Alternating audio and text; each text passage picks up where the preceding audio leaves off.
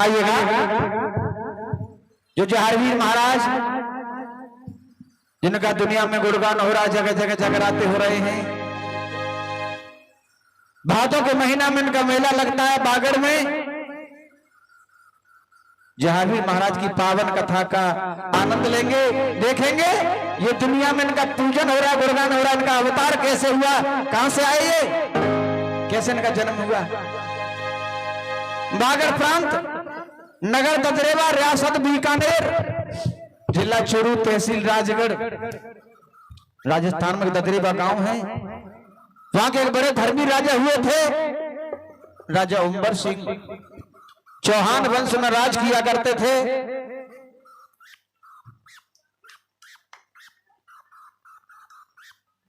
राजा उम्बर सिंह के दो पुत्र हुए, जेवर सिंह और नेवर सिंह। जब दोनों बेटा शादी योग्य हुए हैं, राजा उम्बर सिंह ने अपने दोनों बेटाओं का विवाह शहर सरसापाटम से तोमरगढ़ खानदान से राजा कुंवरपाल की बेटी काछल और बाछल के साथ दोनों बेटाओं का विवाह किया है। जेवर सिंह का विवाह बाछल के साथ हुआ है और जेवर सिंह के छोटे भाई नेवर सिंह का विवाह बाछल की छोटी बहन काछल के साथ हुआ है। इधर दोनों भाई हैं और इधर दोनों बहन हैं। 7 भामरे पड़ी हैं।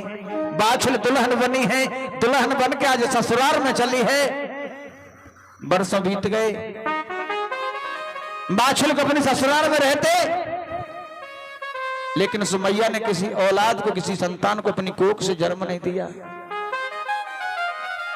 आप लोग अंदाजा लगाएंगे ऐसी क्या बात थी जो रानी बाछल अपनी कोख से किसी औलाद को, किसी बेटी बेटा को जन्म नहीं दे सकी। राजा जेवर सिंह अपनी रानी से बोले, रानी हम शिकार खेलने के लिए जाएंगे।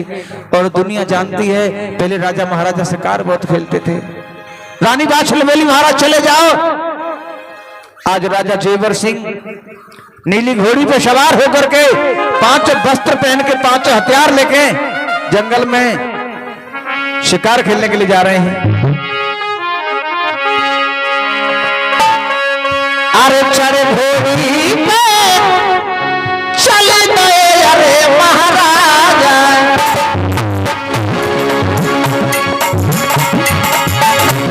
अरे चढ़े घोड़ी पे चले गए अरे महाराजा। जेवर सिंह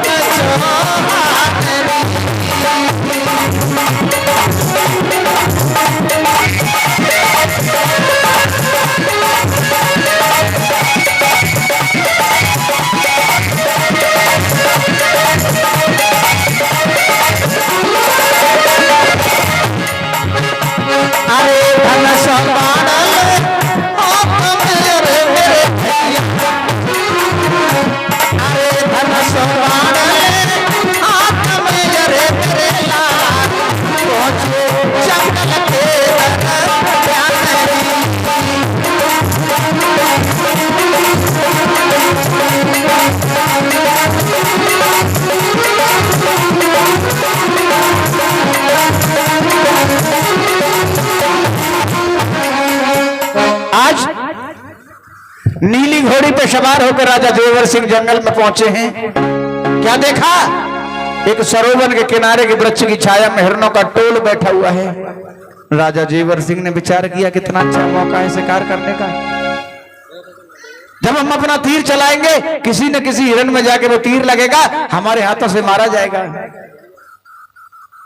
नीली घोड़ी को हिरणों की तरफ दौड़ाया। हिरणों ने देखा कोई शिकारी आ रहा है, हमारी तरफ भागना चाहिए। और दुनिया जानती है जान सबको प्यारी लगे। बड़े बड़े हिरण सब भागने लगे, लेकिन एक गर्भवती हिरनी अपने परिवार के साथ अपना समय बिता रही थी। वो खड़ी तो हो गई, भाग नहीं पाई। राजा ने विचार किया, कितना हटीला हिरण है, इसे अपनी जान की चिंता नहीं, हमारे हाथों से मारा जाएगा। क्या किया भैया,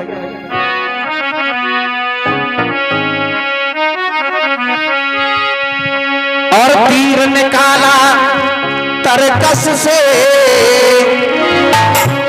और हिरनी पर दिया चलाई। जब वो सब मुंह से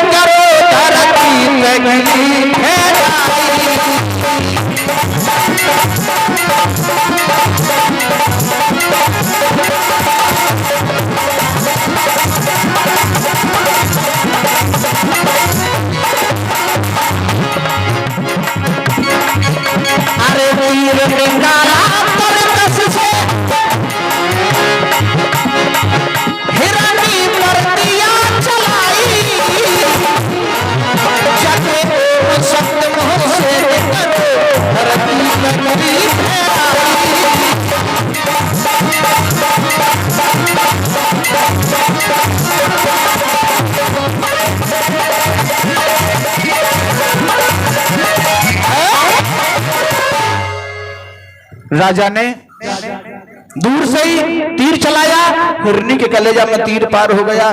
तीर के लगते ही जमीन पर गिर गई हिरनी, पछाड़ खा रही है, बदन से खून बह रहा है, अंतिम श्वासों की गिनतियां गिन रही है। लेकिन मरते मरते हिरनी एक ही बात सोच रही है, भैया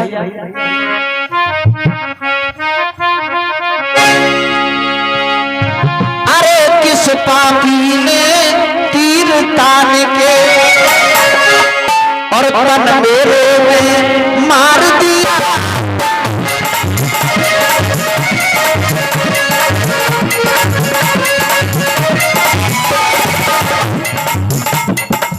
जहारवीर महाराज की पावन कथा में एक एक शब्दों पर गौर करेंगे और सुबह तक देखेंगे कि जहारवीर महाराज का जन्म कैसे हुआ है।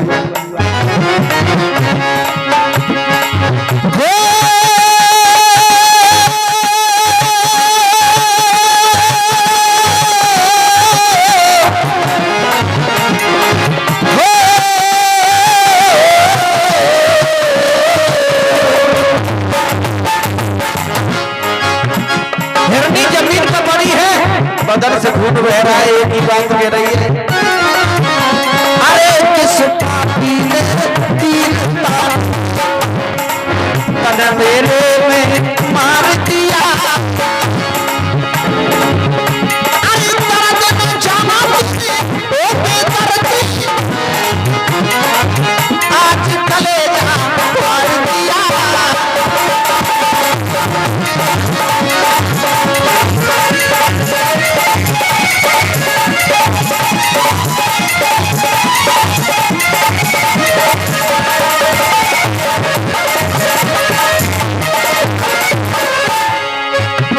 हिरनी एक ही बात सोच रही है, न जाने कौन मेरे प्राणों का लेने वाला, मेरे काल बनकर गया गया जिसने मेरे परिवार से आज मुझे अलग कर दिया।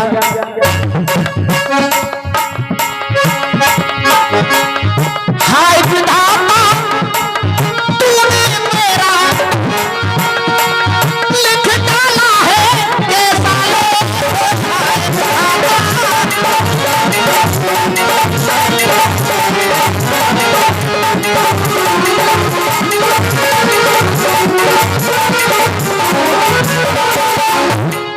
मेरे मरने के बाद बदन की हो जाए तो पीलो मेरे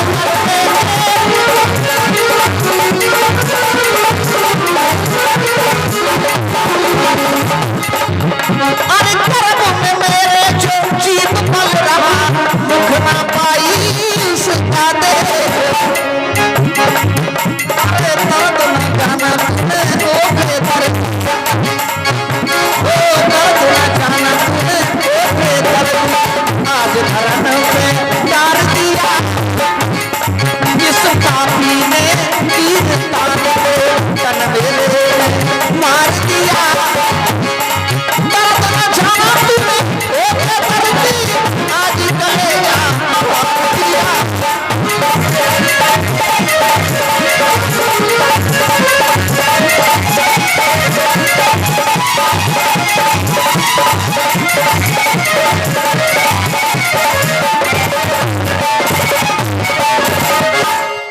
आज भैया हिरनी जमीन पर पड़ी है, यही सोच रही है न जाने कौन मेरे प्राणों का लेने वाला, मेरा काल बन के आ गया। लेकिन जब तक राजा जेवर सिंह उस हिरनी के पास आ गए, हाथों में धनुष बाण देके समझ गई इस शिकारी ने मेरा शिकार किया है। चलती श्वासों में की बात कह रही है,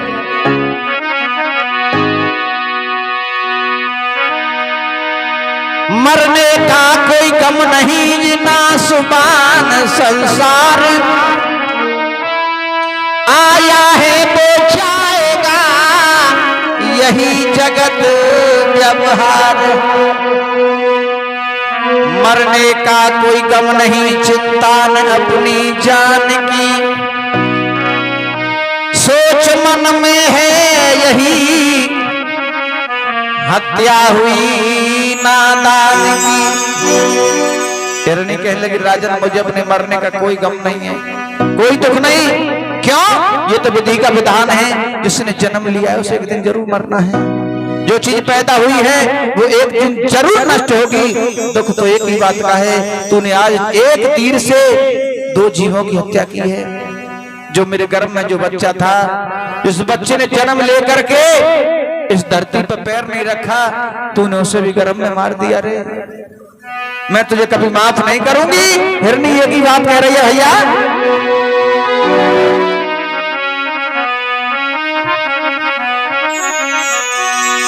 अरे कह रही हिरनिया बिचारी रे, मारी डाला रे तूने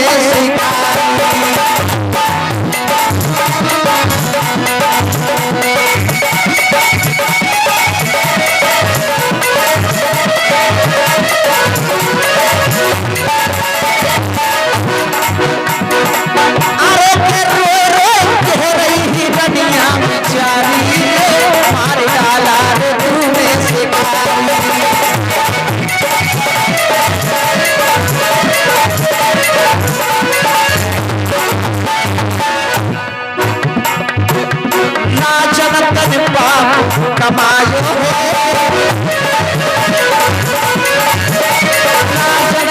पाप कमायो है, ऊपर तीर चलायो है।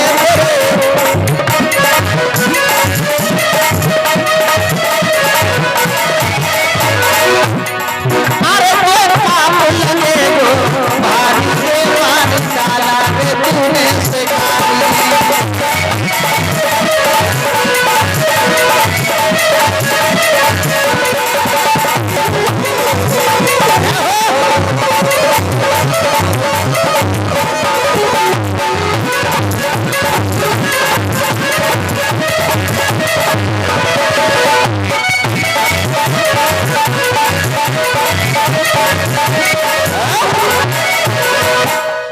हिरनी कहने जोरे राजन, जैसे मैं अपनी संतान का मुख नहीं देख पाई, तूने मेरे बच्चे को गर्भ में मार दिया, इसी तरह से तू भी अपनी संतान के लिए अपने जीवन में दुखी रहेगा। इतना कह के हिरनी अपने प्राणों को छोड़ देती है। जब हिरनी उस जंगल में खत्म हो गई, राजा जेवर सिंह बड़े दुखी होने लगे। बोले मैंने हिरण जान के शिकार किया था, मुझे ये नहीं मालूम था आज हमसे हिरण के धोखे में कोई हिरनी मारी जाएगी। अगर इस हिरनी को वो छोड़ करके जाए तो हमारे जाने के बाद इसे चील का हुआ नोच नोच करके खाएगा। राजा ने उस हिरनी का इंसानों की तरह से क्रिया संस्कार किया। लौट करके महलों में आए, उस हिरनी के श्राप से रानी बाछल ने किसी औलाद को, किसी बेटी बेटा को जन्म नहीं दिया। राजा जेवर सिंह को निर्वंशी कहने लगे नगर के लोग। रानी बाछल को नगर की स्त्रियां बांझ कह रही हैं। राजा जेवर सिंह बोले रानी से, हमें तो रानी ऐसा मालूम होता है हमारे बाद हमारे इस महल में हमें कोई दीपक जलाने वाला दिखाई नहीं दे रहा है। हमारे महल की कोई एक ईंट गिर जाएगी, उस ईंट को लगाने वाला हमें नजर नहीं आ रहा है। क्योंकि दुनिया जानती है एक औलाद के बिना सब धन बेकार है। किसी के घर में लाख माल भरे हों और जहाँ घर में बेटी बेटा न हो, वो घर बिल्कुल बेकार है। रानी से बोले रानी क्या करें? बाछल बोली महाराज हमारी कोख से किसी औलाद ने जन्म नहीं लिया। अरे आप तो राजा हैं, दूसरी शादी कर लो। राजा जेवर सिंह बोले रानी दूसरी शादी तो जब करें जब परमपिता परमात्मा दूसरा हो। इस कर्म के लिखे को दुनिया में कोई मिटने वाला नहीं, कोई नहीं मिटा सकता। तुमने कह दिया हम दूसरी शादी कर लें, लेकिन जाकर उन्हें दूसरी शादी करी, वह चैन से जिंदगी जीने को नहीं मिली है। भैया शास्त्रों में लिखा हुआ है